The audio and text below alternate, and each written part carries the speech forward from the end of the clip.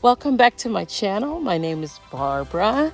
I'm in Georgia, Zone 8B. And yeah, we are under the testing of the sun. Summer is in full swing. That means we are hot. Capital H-O-T, hot. And dry in some cases. We've been getting some afternoon showers. Today is supposed to be in the 90s, and that's like a gift. That's like bonus points, and I don't have to come out here and water. But today I'm out because we have a breeze. We have a breeze, and I'm thankful for that. I don't know if you can see. Well, it's not there now, but I'll show you when it comes. When that breeze comes, it's a gift. So I got a couple things I want to do in the garden. I'm going to take you along. I know my lighting's not great. The sun is over there. She's right here. So she's shading my face. But I will take you along, let you see what I'm doing in the garden today, and get you caught up in the garden. Right now, I'm going to take a seat in the shade. Yeah. All right. We'll talk in a minute.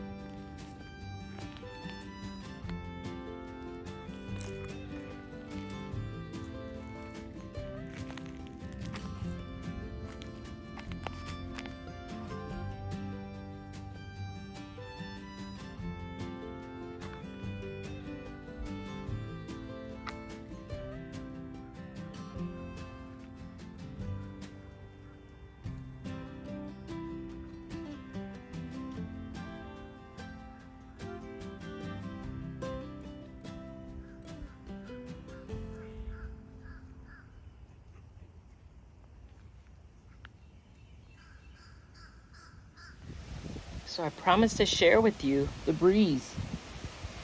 You hear it? I judge it by that little bee right there flying in the wind, my little flag. That's the wind, the little breeze. It is amazing. Amazing. It's a beautiful day. It's hot, but that breeze is making the difference out here. So a couple of things. A lot of things. First off, I'm recovering from poison ivy. Poison ivy got me. It got me last year, but it got me again this year, and it attacked my chest and side of my neck and ear. And so I've been out of commission for a couple of weeks trying to recover. I'm good now, but I was really under the pain and the itch. It's not a pain. It's just an itch that I wouldn't wish it on my worst enemy or anybody, period. But that's one. And then the mosquitoes and the spiders. I don't know if I taste good to all of them, but I got bit a few times, one too many times, in places that you'd never believe. But I've been bit. And the ants bite me, and they affect me, so I have to kind of limit my time outside. So those are the things that affected me over the past couple of weeks. I've been recovering from the bug bites and from the poison ivy.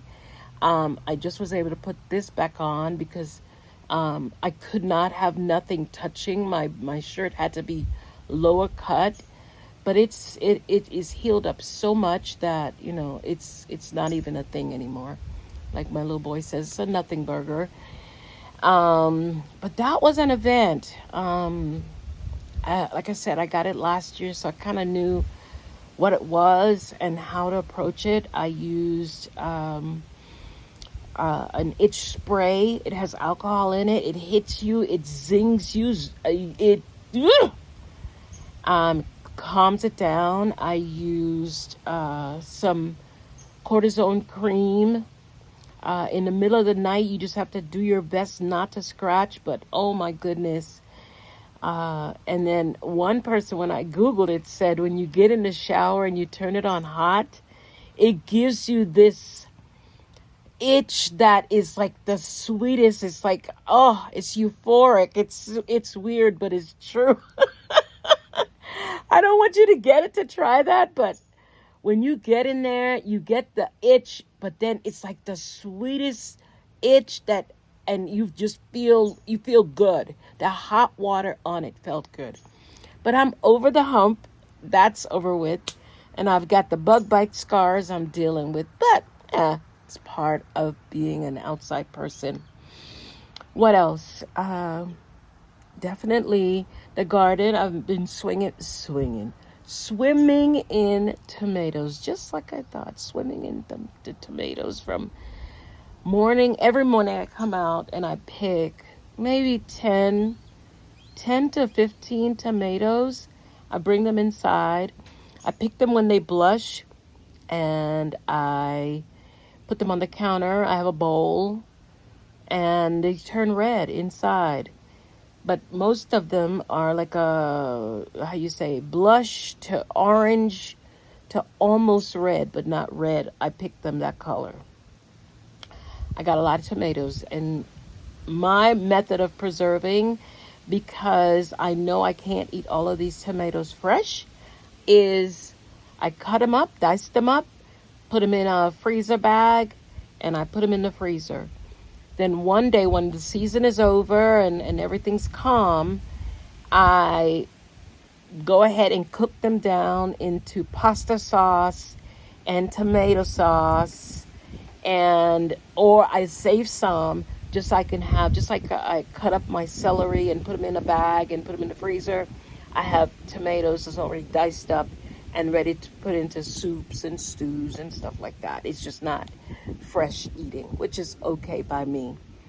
And then I have been getting a lot of cucumber. Let me switch hands. This hand is getting trembly. A lot of cucumber. Yeah, we've been eating cucumbers and tomatoes and cucumbers for the last few weeks. And it's a good thing. It feels good to eat what you grow. When I cut it up and I make a salad, I just, put it with some vinegar, salt, and pepper, stuff like that, and oil. It just feels good to eat a tomato that you grew, that you knew that was this big. Now it's producing its own tomatoes. Yeah, and the cucumbers are very good. I bought some jars to do pickles, and I'll try to bring you along with that, to do some pickles of my not tomatoes, for my cucumbers. And the zucchini is also coming in. I am not successful with squash. I think I got 2 decent sized ones, but they were not. I think I'm going to do more zucchini next year than squash. It was a lot of work, and the results were not. I was constantly looking for the girl flowers on the squash and never got them. And so I think I'm moving on to better pastures. Zucchini is my crop that I will pay full attention to next year. As far as my peppers, bell peppers are coming along good. I told y'all I bought a bell pepper mix, and in that bell pepper mix there was actually the packet says grand bell pepper mix. And I'm thinking bell pepper, not those long peppers. I don't even know what you call them, but I've been getting a lot of those. And they came in the packet. I didn't plant those per se intentionally. But yeah, that's what's going on with that. And then I started an experiment with some beans. We pulled out the potatoes. I'm going to give you a little insert of that.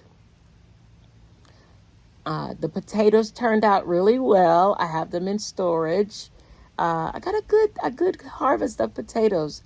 And in that area, I decided to put an experiment. I know a lot of you have heard of the 15 bean soup. I think they have a 15 bean and a 10 bean, or whatever quantity. There's beans in the bag, and then they send you a little packet with some flavoring, a flavor packet. So I decided, I've had that bean soup mix in my pantry for the last, I don't know, maybe 6 months. I'll say 6 months. Never did anything with it. So I decided to sort the beans. And they're beans. You can't do anything bad to a bean. So I sorted all the beans, put them in their own individual Ziploc bag, and I decided to plant them. I soaked them overnight, and I planted them, and they came up.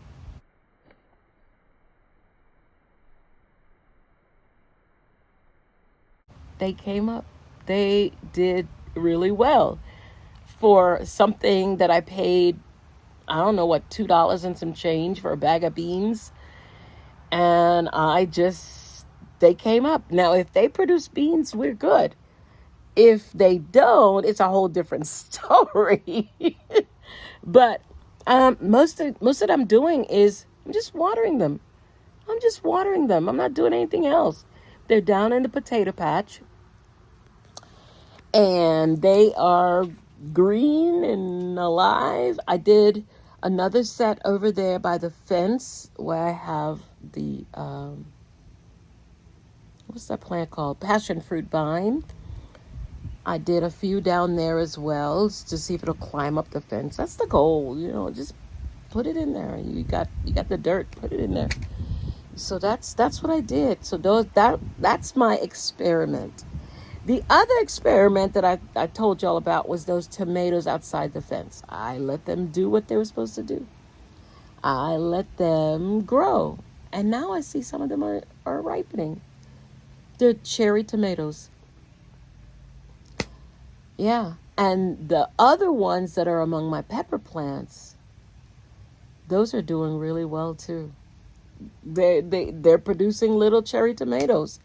And for some reason, they're forcing the pepper plants to grow taller, but yet shade them so that they don't get the full brunt of the sun. And it seems to work. It's like a little happy marriage, you know?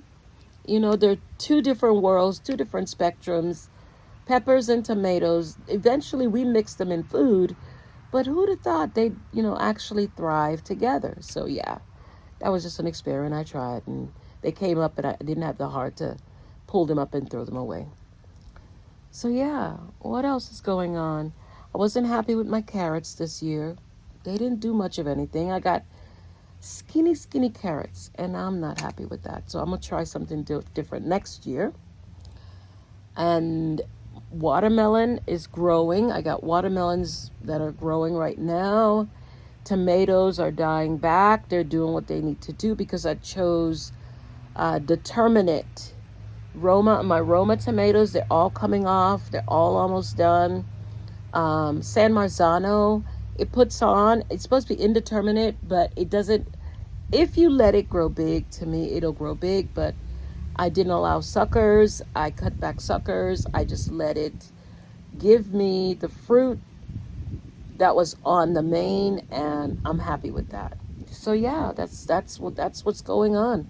I'm swimming in tomatoes, peppers, zucchini, and a few squashes. The blueberries have already blueberried out. There's just a few left on there.